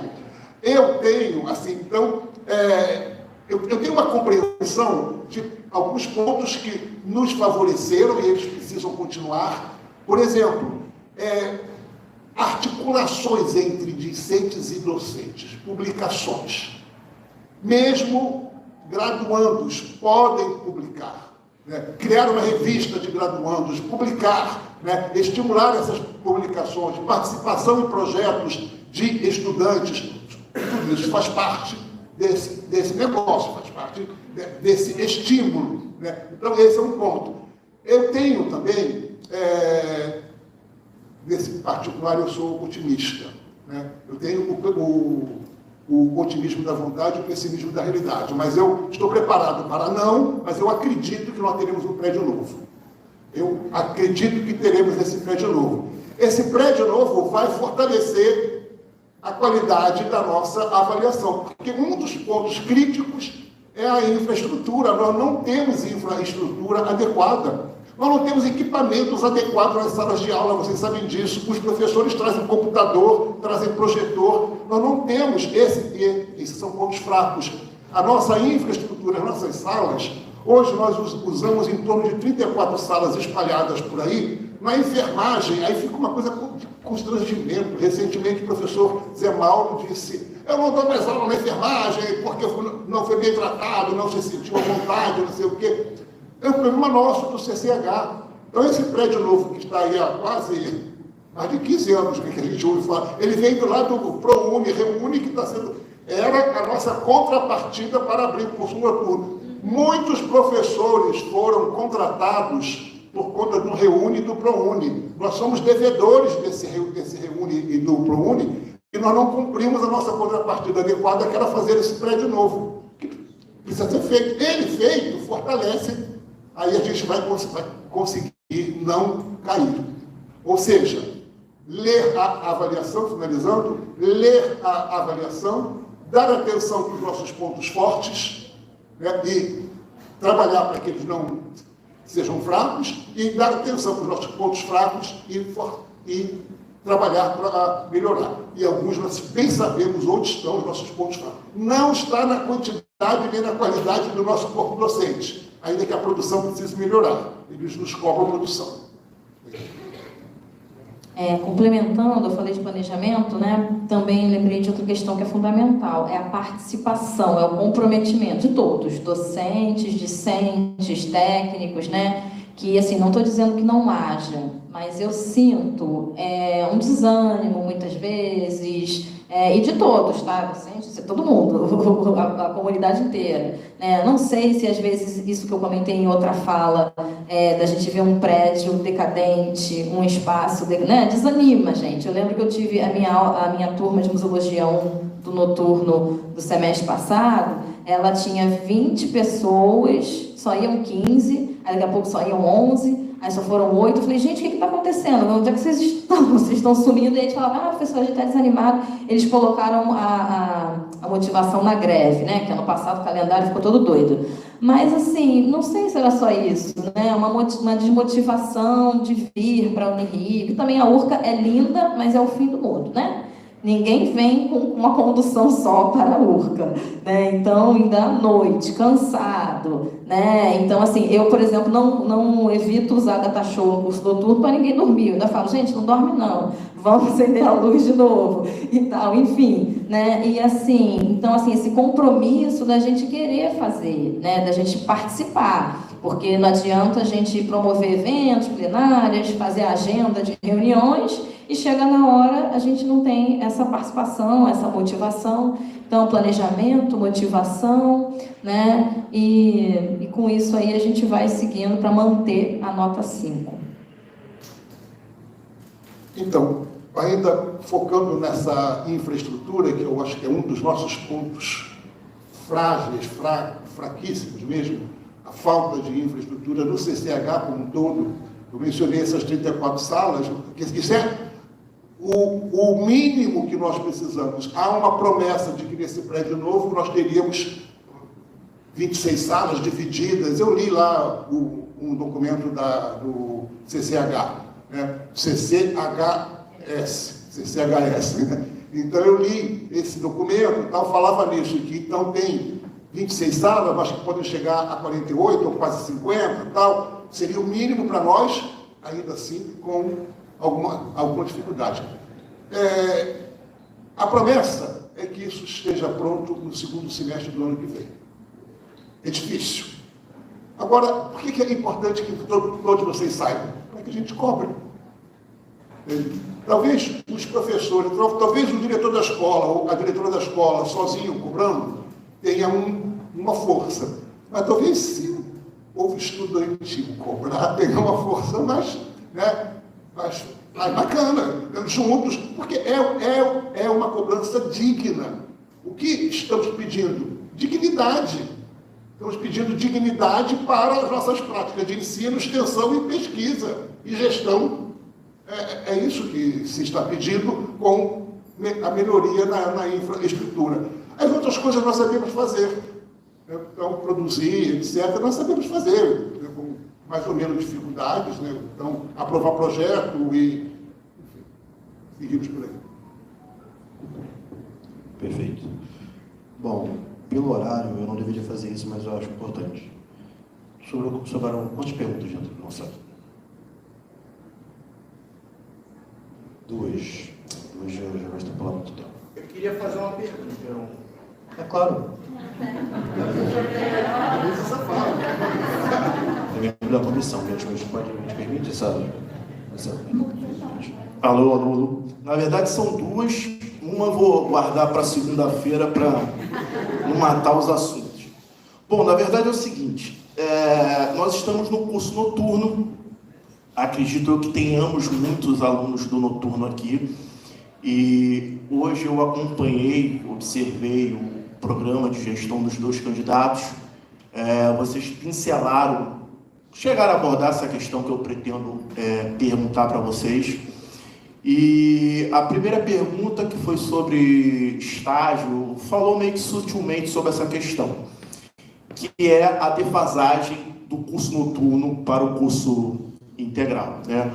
E agora à tarde eu estava observando lá a grade de 2015, eu estava verificando que o curso integral você tem 11 disciplinas optativas ofertadas, enquanto que o curso noturno tem 2 apenas, e não temos nenhuma disciplina do DEPM ofertada para esse semestre. Além disso, nós tivemos em outros semestres também disciplinas obrigatórias que não foram ofertadas por algum motivo, enfim, né, seja do DPM, de outros departamentos que são associados aqui ao curso de museologia que nos ofertam essas disciplinas. A minha pergunta quais são as ações práticas que vocês pretendem realizar a partir do momento que vocês, ao se tornar diretora da Escola de Museologia, o que vocês farão para tentar minimizar esse gap, né? O que vocês farão para tentar diminuir essa defasagem que acontece entre o curso integral e o curso noturno? É isso.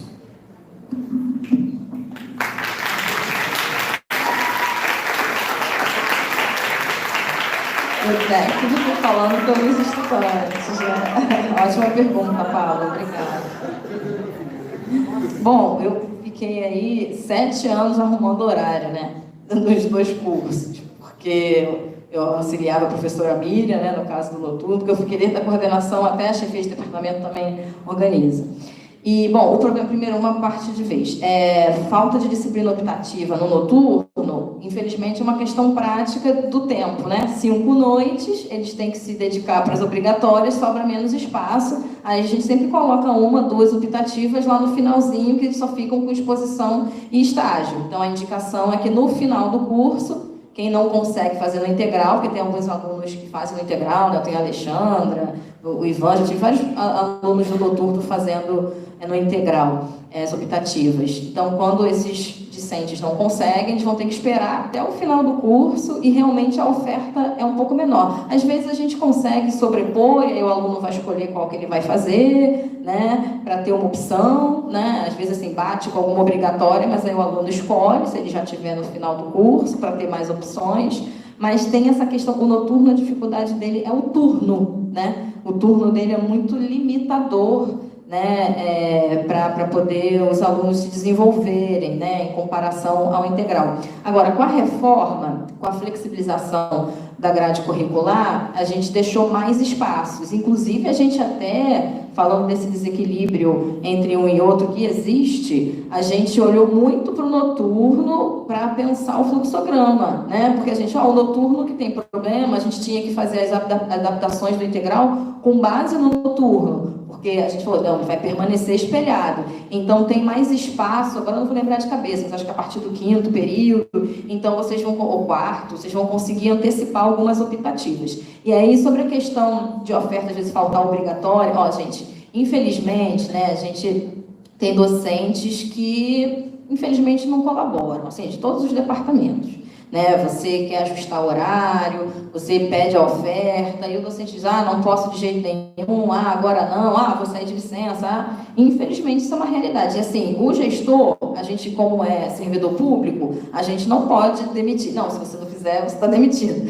Não tem essa ameaça. Por isso que eu estou falando sobre comprometimento, participação, né? E aí, eu até já pensei, né, caso eu esteja na direção, de fazer um movimento de visitar os departamentos, porque são 7 departamentos, claro que o DPM eu faço parte, é mais fácil, né? Mas a gente é mais colega, mais próximo dos professores, mas visitar os departamentos, né? Pedir licença numa reunião departamental da História, das Ciências Sociais, para trazer as questões, as especificidades, ouvir também se eles podem colaborar. Acho que esse movimento, né, um diretor, uma diretora, podem fazer para buscar sensibilização. O caminho é a sensibilização, porque a gente não pode forçar os professores. Agora, de fato, essa questão aí da simetria, não é, usou muito no plano dele a palavra simetria, de fato é importante. E para mim isso perpassa por realmente enxergar o curso noturno como curso. Porque, na minha visão crítica, nos últimos anos, o curso noturno foi visto como um apêndice do integral,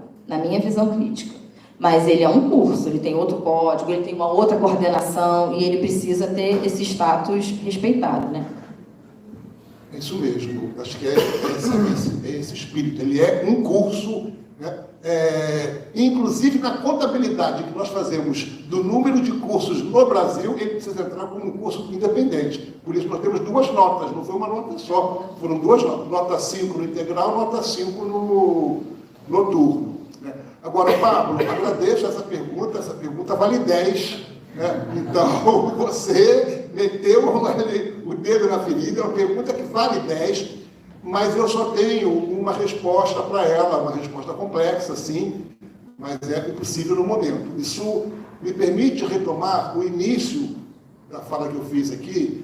Eu pensei no plano museológico, pensei como esboço. Ele só estará concluído depois de ouvirmos a comunidade acadêmica, ouvirmos docentes, discentes, técnicos, ouvindo e produzindo compromissos.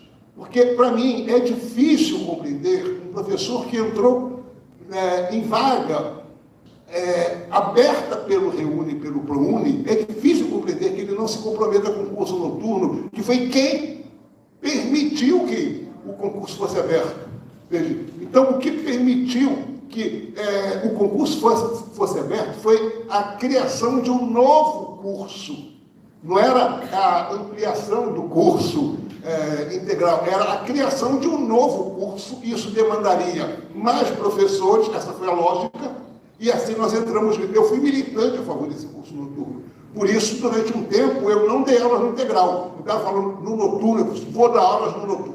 Me dava aulas no noturno para dizer, nós temos compromisso com isso. Já que eu militei, eu tenho que ter responsabilidade com isso. Né? Então, eu penso, sabe, Pablo, é uma excelente pergunta, que bom que está gravado, né? E nós precisamos, na verdade, após a eleição, seja a Ludmila, seja eu, após a eleição, da minha parte, o compromisso está firmado, abrir a discussão, fazer uma espécie de assembleia, convocatória, chamar professores. Se não vierem, a gente vai de professor em professor, debatendo, dizendo, olha, precisamos aprovar esse plano, você concorda ou não concorda? E aí esses pontos todos serão aprofundados, debatidos. É a única maneira que eu vejo. Penso que a Ludmila está certíssima quando fala nessa sensibilidade, sensibilizar, mas sensibilizar e responsabilizar. Afinal de contas, somos professores, somos servidores públicos, somos professores, temos compromisso com isso, temos compromisso com uma universidade de qualidade, uma universidade democrática, com mais participação. E aí voltamos ao tema do início da conversa. Eu agradeço muito a sua pergunta, mas ela não tem uma resposta de imediato, porque se fosse uma resposta pronta, não seria uma resposta a sério. Né? O que a sua pergunta nos traz é preciso enfrentar esse tema. Esse tema precisa ser enfrentado. Por isso a sua pergunta é tão importante. E as suas perguntas são essas, né, que nos provocam. Não, com a fala do professor, lembrei de um ponto, né? Ele falou da responsabilização, como eu fui chefe de departamento, é muito difícil, né? Eu servidora, meus pares, imagina, eu ser chefe, gente, de um monte de gente que foi meu professor, que loucura, como é que eu vou falar com essas pessoas? Como é que eu vou chegar e falar, então, né? É difícil, eu acho aí que tem que ser um caminho, né, do próprio servidor, porque a universidade, né, a ideia dela ser uma gestão colegiada, né, que na verdade a universidade é uma gestão colegiada, porque é isso, os gestores, eles são muito mais mediadores e provocadores, propositores do que definidores, porque o ideal é tudo passar pelo colegiado, tanto o reitor também, por isso que tem Consune e Concep, né, tudo tem que ser aprovado, você faz um ad referendo, o ad referendo tem que ser aprovado pelo colegiado. Né? Então, assim, pressupondo que cada servidor público que quis fazer um concurso, né, é responsável pelos seus atos. Né? Então, assim, eu acho que cada docente, aproveitando, né, que vai ficar gravado também quando o Mário falou, né, colegas, vamos todos nos responsabilizarmos pelo nosso compromisso, né, porque é muito difícil também pressionar, e aí estou pensando em mim, no professor Mário, que vai estar na gestão, e aí vocês vão pressionar a gente que está no cargo para pressionar o coleguinha, né? E aí é uma situação muito complicada, complexa, né? Porque a gente tem várias relações transversais entre a gente, né? Não é de corporativismo, não, é porque a gente perpassa, né, muitas questões mesmo. Então, assim, por isso que eu toco no ponto do sensibilizar, que a pessoa, servidor público, educador, comprometido, se tem esse senso de responsabilidade, né, para cumprir o seu dever. É isso mesmo, eu penso que é preciso mesmo, né, buscar, né, essa responsabilização. Né? Somos responsáveis por isso. Somos responsáveis por esses cursos. Nós existimos por isso. Na verdade, nós estamos aqui por isso. Ou seja, o que dá sentido à nossa vida profissional são vocês, né, estudantes. Isso é que dá sentido à nossa vida profissional. Nós não somos apenas pesquisadores aqui na universidade. Até existem universidades onde algumas pessoas são pesquisadores puros, se dedicam à pesquisa integralmente. Não é o nosso caso, né? Nós temos compromissos com o ensino, extensão, pesquisa, com tudo isso. Eu penso que nós devemos, sim, demandar dos colegas, como já foi dito pela professora Ludmila, sensibilizar, responsabilizar. E mais,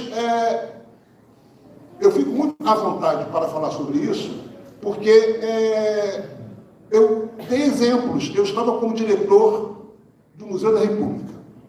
Eu nunca parei de dar aula sendo diretor. Eu tinha direito, era um direito garantido de que eu parasse de dar aulas. Eu estava ocupando uma chefia especial, etc, etc. Né? Lá eu me candidatei para participar da direção do Museu da República, né? E, enfim, nesse caso, fui selecionado, mas eu não parei de dar aulas, nem na graduação, nem no mestrado, pela responsabilidade, pelo compromisso. Não, é compromisso, tem que fazer isso. Eu estou nisso porque quero. Né? E para mim, né, ser professor vinha antes de ser diretor de museu. Então, na direção do museu, eu só quis pôr em teste uma teoria, uma hipótese. A minha hipótese já fecha. Foi assim.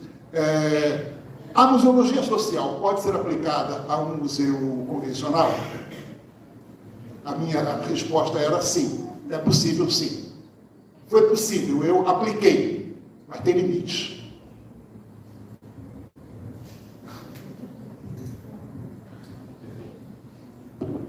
Perfeito. Por conta do horário, eu só vou solicitar nossos candidatos a finalizar o debate, porém, com as falas finais. As regras estão ocupadas 10 minutos. Aí vocês fiquem satisfeitos. 10 minutos? Isso. Tá bom. 10 minutos nessa altura são generosos, estão bastante generosos. Bom, mas eu quero agradecer a possibilidade, voltar ao tema que o Heron, né, ao abrir esse nosso debate, essa nossa conversa, indicou, né? Estamos celebrando um processo democrático, isso não é pouca coisa. Eu tenho dúvida, sabe, Heron, se essa é a primeira vez que ocorre uma candidatura com 2 participantes. Parece que houve uma outra em 2005, 2006, não? Não é a primeira. Aí, pronto, então, não é a primeira. Então, não é a primeira vez que isso ocorre. Mas temos aí quase 20 anos, pelo menos, que não ocorria isso, não é? Então, mas eu fui informado de que existiu, né, no outro momento, uma outra candidatura também com diferentes pessoas. Mas, de qualquer modo, retomando, o ponto forte é que nós estamos aqui celebrando um processo democrático. Celebrando com dignidade, celebrando com participação, né?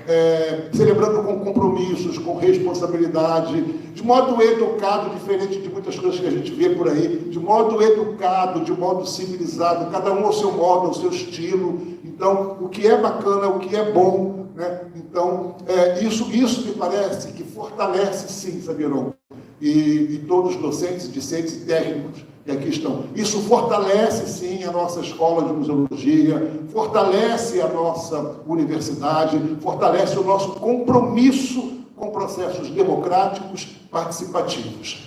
Isso contribui para a melhoria da qualidade do ensino, porque nós estamos, ou deveríamos estar, interessados na formação profissional de museólogos com capacidade crítica, com atenção, com compreensão política, com compreensão da vida social política. Isso não é pouca coisa.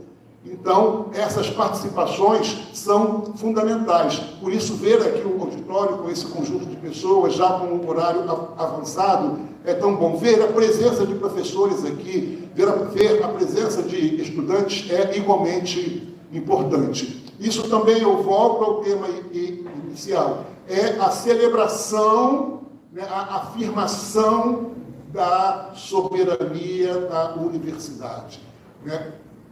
Hoje, mais do que nunca, ter uma dimensão universitária que seja capaz de sustentar, de se colocar a favor da soberania nacional, veja, isso nunca foi tão importante quanto hoje, porque o país sofre ameaças e nós lembramos muito bem, não vamos nos esquecer, nós lembramos muito bem do que aconteceu no governo anterior, onde as universidades foram precarizadas, e nós sofremos ainda consequências da precarização das universidades, do abandono das universidades, especialmente durante a pandemia. Foi uma situação grave e nós ainda sofremos com tudo isso, ainda não vencemos todo, ainda não voltamos ao ponto anterior aonde nós estávamos. Então, me resta nesse momento, né, afirmar tudo isso e celebrar junto com vocês esses aspectos da democracia, de uma universidade necessária, para lembrar da Ribeiro. Essa é a universidade necessária, a universidade que nós precisamos, uma universidade de combate, uma universidade com interesse no social, com interesse na vida social, uma universidade que converse com os movimentos sociais, inclusive. É isso que nós precisamos. Nessa perspectiva também, defender uma educação museal libertadora e emancipadora faz parte dos nossos interesses. Então, é tudo isso. No mais, eu finalizo agradecer à professora Ludmila, né, por essa participação que nós tivemos aqui, né, por esse debate, né, e essa coisa simpática, eu até diria. Eu confesso que eu gostei do debate, eu estou achando assim, não, estou achando legal. Eu já fico pensando, eu sou muito imaginativo, viu? Então tem que ter um certo cuidado. Eu fico pensando que nós deveríamos promover mais debate, sabe? Assim, independente de campanha, né? Independentemente de termos uma campanha acontecendo, promover debates, estabelecer temas. Quem tem interesse em debater tal assunto, em perspectivas diferentes, porque eu acho que isso nos enriquece, um olhar diferente, um olhar para o outro lado. Eu sei que é difícil, mas isso poderia nos ajudar. De vez em quando temos uma jornada de debates museológicos. Tá bom. Obrigado, Elô.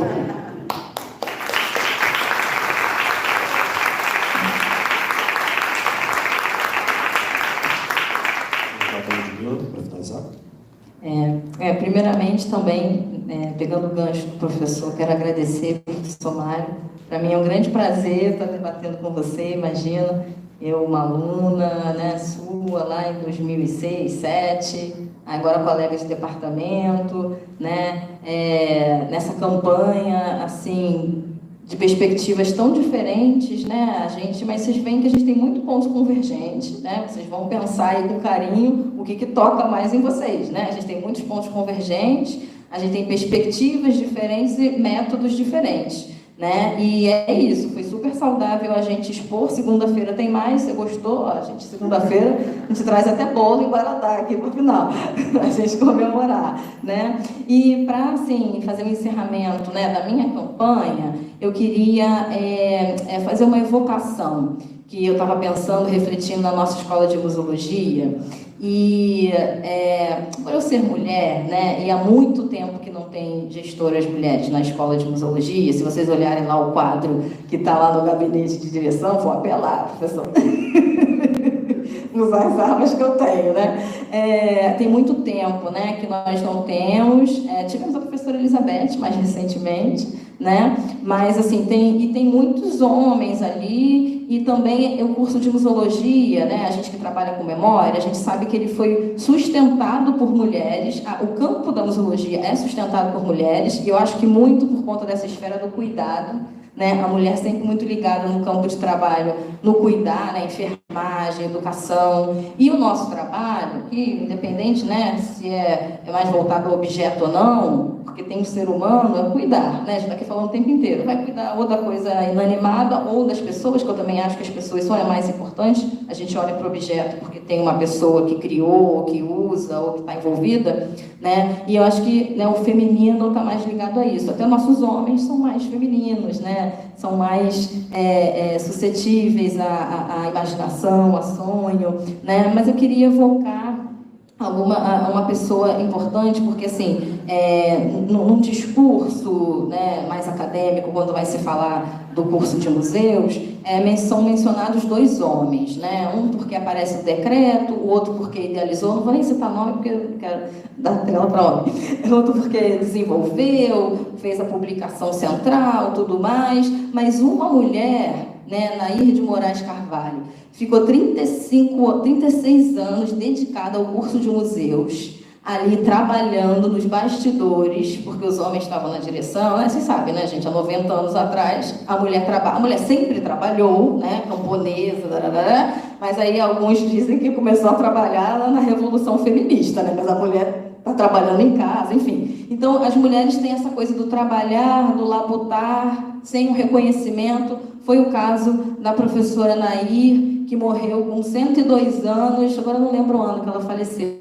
né? E que ela sustentou, e ela, quando eu digo sustentou, ela sustentou mesmo. Se a gente está aqui comemorando 93 anos de escola de museologia, é porque ela sustentou mesmo, ela pegou a ditadura militar, pegou um militar na direção do curso, né? E ela, dentro das condições dela, ela enfrentava esse diretor, né? Um caso que o professor Ivan conta, que o diretor da ocasião, no período do regime militar, queria cobrar matrícula, queria cobrar financeiramente matrícula, ela peitou e falou, não vai ser cobrado, isso nunca foi cobrado, né? Então eu queria evocam-se muito 2 homens, mas eu queria evocar a dona Nair Moraes de Carvalho, que sustentou esse curso. E aí também, como eu sou uma mulher, né, me considero, né, me reconheço como uma mulher negra, queria também lembrar o que a Museologia Quilombola fez recentemente de trazer à memória a Neide Gomes de Oliveira, uma museóloga negra, super atuante, mas que também por conta desse trabalho de bastidor, no Museu Chácara do Céu, sobretudo, ficou esquecida, ficou ali, né, ocultada. Aliás, os negros do curso, até bem pouco tempo, estavam ocultados, porque também não havia esse discurso. Numa pesquisa recente da nossa egressa Isabel Gomes, ela traz esses dados, né, vai até o período do professor Mário, o professor Mário está lá, né, registrado no TCC dela. A gente participou da banca, né? E a Neide, como se tornou medalha, né, queria evocar ela assim já com essa parte do profissional, né, do egresso que vai trabalhar. E aí eu queria pedir a vocês, né, que vocês pensassem com carinho nessa universidade com tantas mulheres, tantas moças, né, negras, ter uma representatividade na escola de museologia, na direção, na liderança desse conjunto, dessa instituição. Pode ser também, eu acredito, que sintetize até muitas coisas que o professor Mário coloca no plano museológico dele, né? De você ter essa representatividade e você combater todos esses preconceitos, colocando em liderança, em evidência, uma pessoa que tem essa representatividade. Apelei bastante, agora segunda-feira o senhor vai penar para desconstruir esse concurso, esse discurso, né? Não, mas é verdade, é algo sincero. E, inclusive, eu me descobri muito nessa representatividade, eu nunca tinha parado para pensar nisso, dentro da universidade. Por conta dos alunos, pelo olhar dos alunos, eu não tinha muito essa questão, né? Eu ia fazendo as coisas que eu queria fazer, né? Eu ia trabalhando, fui estudando, eu quando cursei a museologia, eu morava na Zona Oeste, passava as 3 horas, que um monte aqui deve passar no transporte público para chegar na Unirio, né? Foi bem difícil, porque eu sou periférica, né? Mas eu ia fazendo as coisas, não pensava que eu vou fazer para representar, não, ia fazendo. E aqui, quando eu cheguei aqui, aqueles olhares de, uma professora negra e tal, eu fui descobrindo a importância disso, né? E então eu acho que isso também é uma motivação, vamos assim dizer, apesar que eu gosto de focar no trabalho. Se vocês olharem a minha tese, eu adoro falar de trabalho, né? Freud explica. Mas isso é uma motivação e, de repente, para alguns pode ser um ponto aí de inflexão em 2 programas que eu acho que, apesar de muito diferentes, são muito próximos também. E, claro, a gente vai se ajudar, porque a gente é do mesmo colegiado, a gente vai estar junto, né? E, enfim, pensem com carinho nessa questão da mulher e da mulher negra, da representatividade e de que isso pode movimentar na nossa escola, né, para além das ideias. É isso.